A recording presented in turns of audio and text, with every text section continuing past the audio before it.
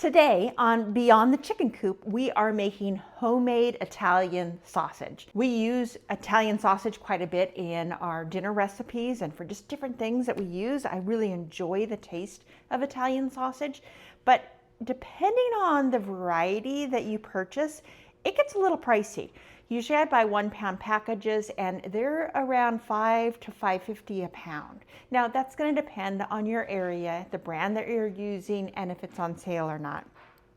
When you make your own Italian sausage, you can find some really great deals on pork shoulder roast. I'm using the bone in because it's cheaper than if you have the boneless. And my husband is great at finding the meat deals at the grocery store. He watches the prices, and when they're on sale, he goes in and grabs several, and we throw them in our freezer until we're ready to use them. This one is $1.98 a pound, which is a pretty good price, but it also had $5 off the total purchase, and so this came down to $1.37 a pound.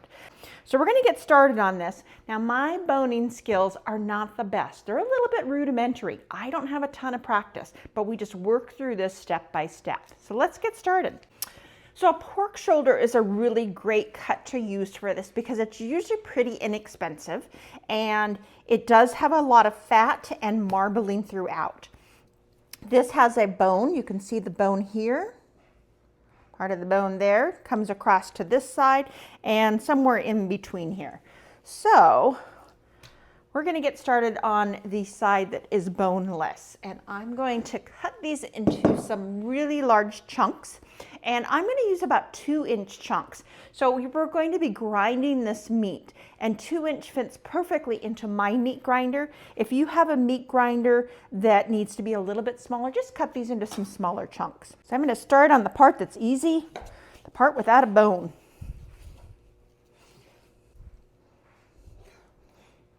Again, you can see this has some really great marbling in here.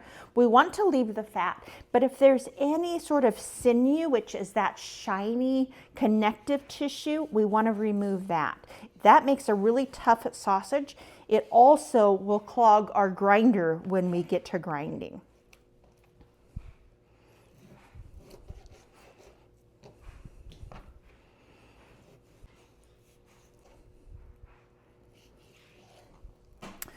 Those first few cuts were pretty easy, but I have a feeling we're going to start hitting some bone here pretty soon, especially since it's right here.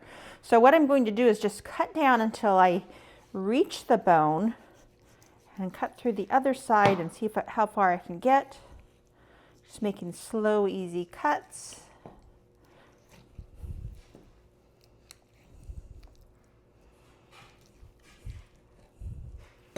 I'm going to switch out my knife so I can control that a little bit better.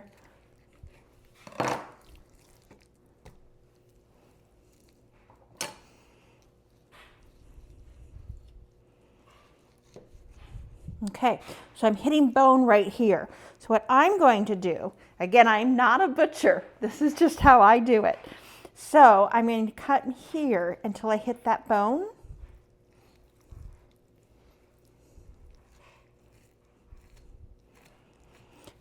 Using small strokes to cut that meat away from the bone.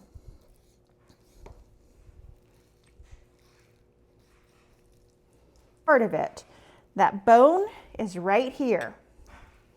So I'm going to work my way around the bone.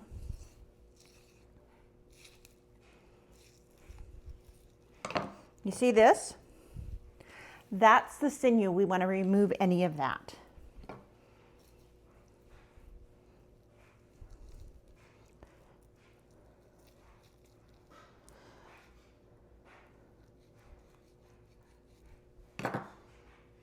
Down to this side, I can feel that bone going right along here. So I'm going to just start making some very small cuts and going right along that surface of the bone.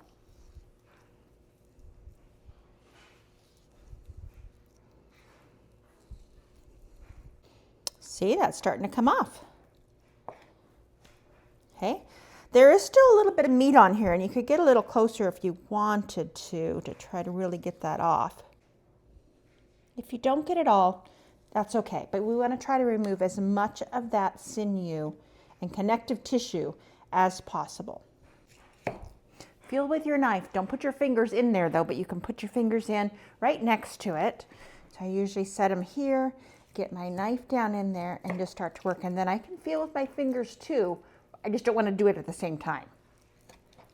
Protect your fingers.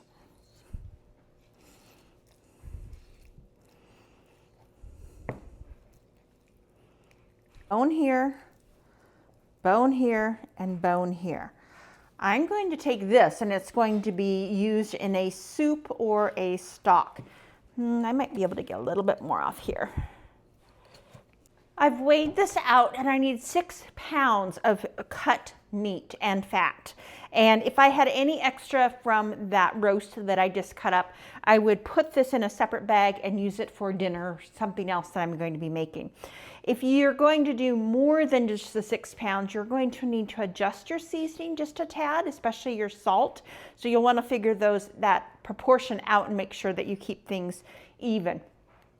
This is going to go into the freezer now for 15 to 20 minutes. I want this meat to get as cold as possible so that it's a little bit firmer before we grind it. We are going to be using a meat grinder in order to grind up our sausage. Now this is a huge meat grinder and we grind a lot of meat. We grind a lot of our wild game into burger, we make a lot of sausage, so we use this a lot. So I've had all of these pieces in the refrigerator and now we're going to assemble our meat grinder. So first this is the chute that goes in,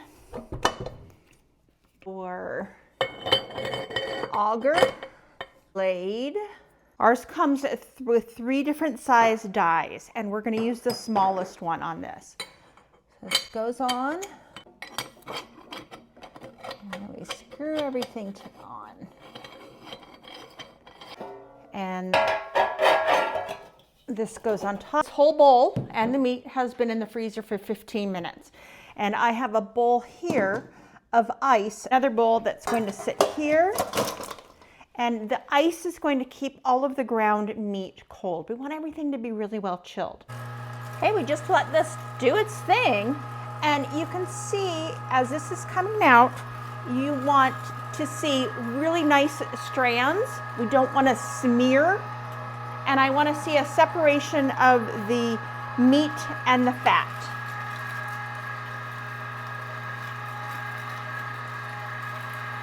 Okay, I'm going to place all of that back in this bowl just because there's a little bit more room than in this bowl. This is going to be a hot Italian sausage, which simply means it has a bit of spice. You can also make this a sweet Italian sausage. It doesn't mean it's sugary sweet. It means sweet is the opposite of heat. It's absence of heat. So if you prefer not to have any heat at all, you can leave the red pepper flakes out.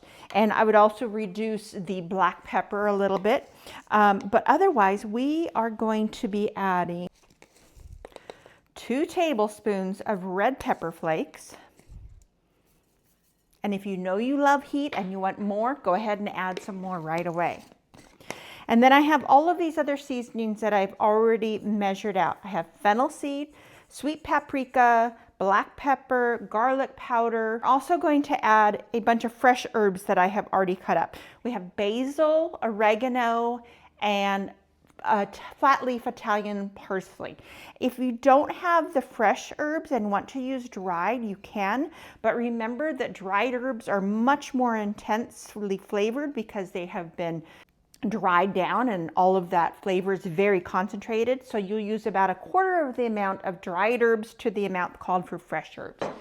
We will also be adding some red wine, and I've had this in the refrigerator just because I want to keep everything chilled. So I'm going to start by mixing this together. Oh, I forgot the salt. All of these measurements I have given you in tablespoons and also in grams. And with the salt in particular, I would recommend that you weigh it out rather than just measure it out. And the main reason for that is the grind of your salt will vary on how much you get in a tablespoon. So I'm going to need 2.5 tablespoons of coarse ground salt, or about 40 grams.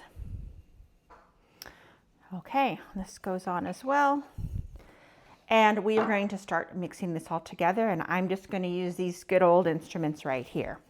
And you want to get in and really start to blend everything together. And we want this well mixed. There is a point where it can become overmixed, and overmixed can actually create a dry, crumbly sausage. So we don't want to just mix it forever, but we do want to get everything very well combined in here. And this will take a few minutes.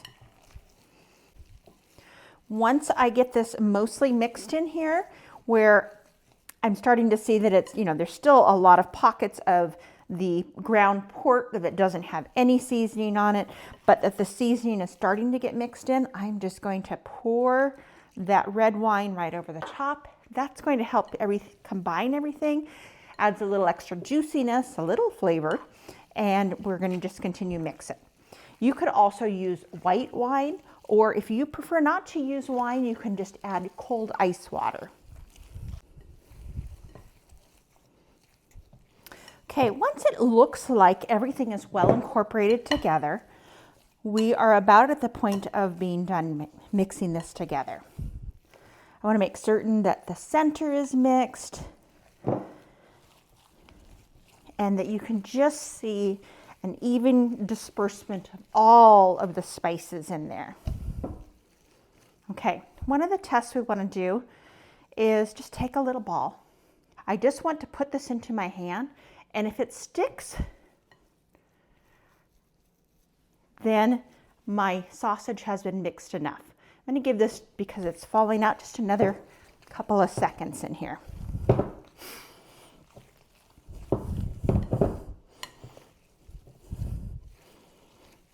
And I'm really just getting my hands in and moving everything around. And then going to the bottom, scooping it up.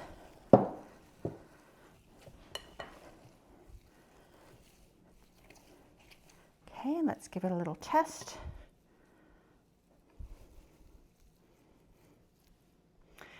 And it really is sticking on there. It may fall off eventually, but you can already see the difference that it was just within that 15 to 30 seconds more of mixing.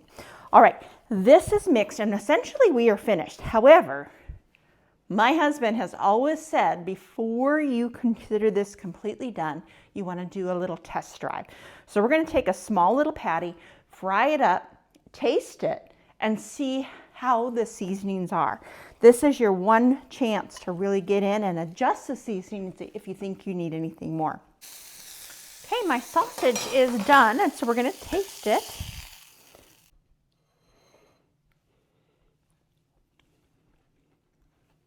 To me, this is just perfect. Has just the right amount of heat, all the right flavorings. I don't need to adjust anything. So what I'm going to do is take this sausage and divide it up into 1 pound packages, because that's what we would normally use. If you use a larger amount, package it however you like. I'm just going to put some plastic wrap over my digital scale, keeps it a little bit cleaner. So I'm looking for the 1 pound.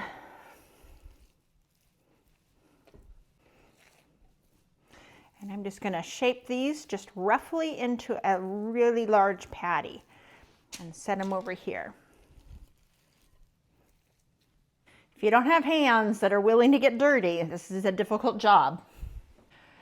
These patties are now going to go into the freezer, and I like to use vacuum seal bags, but Ziploc bags or any sort of freezer safe container is going to be great.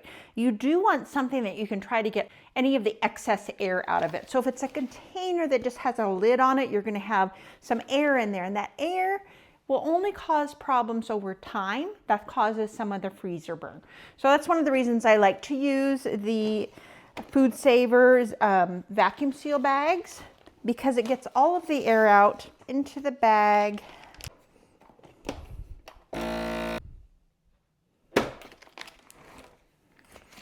And I have a perfectly sealed bag of my sausage in here. Now I have pre-written on the bags what is in here and the year. And I'm just going to flatten that a little bit out so that these stack nicely in the freezer.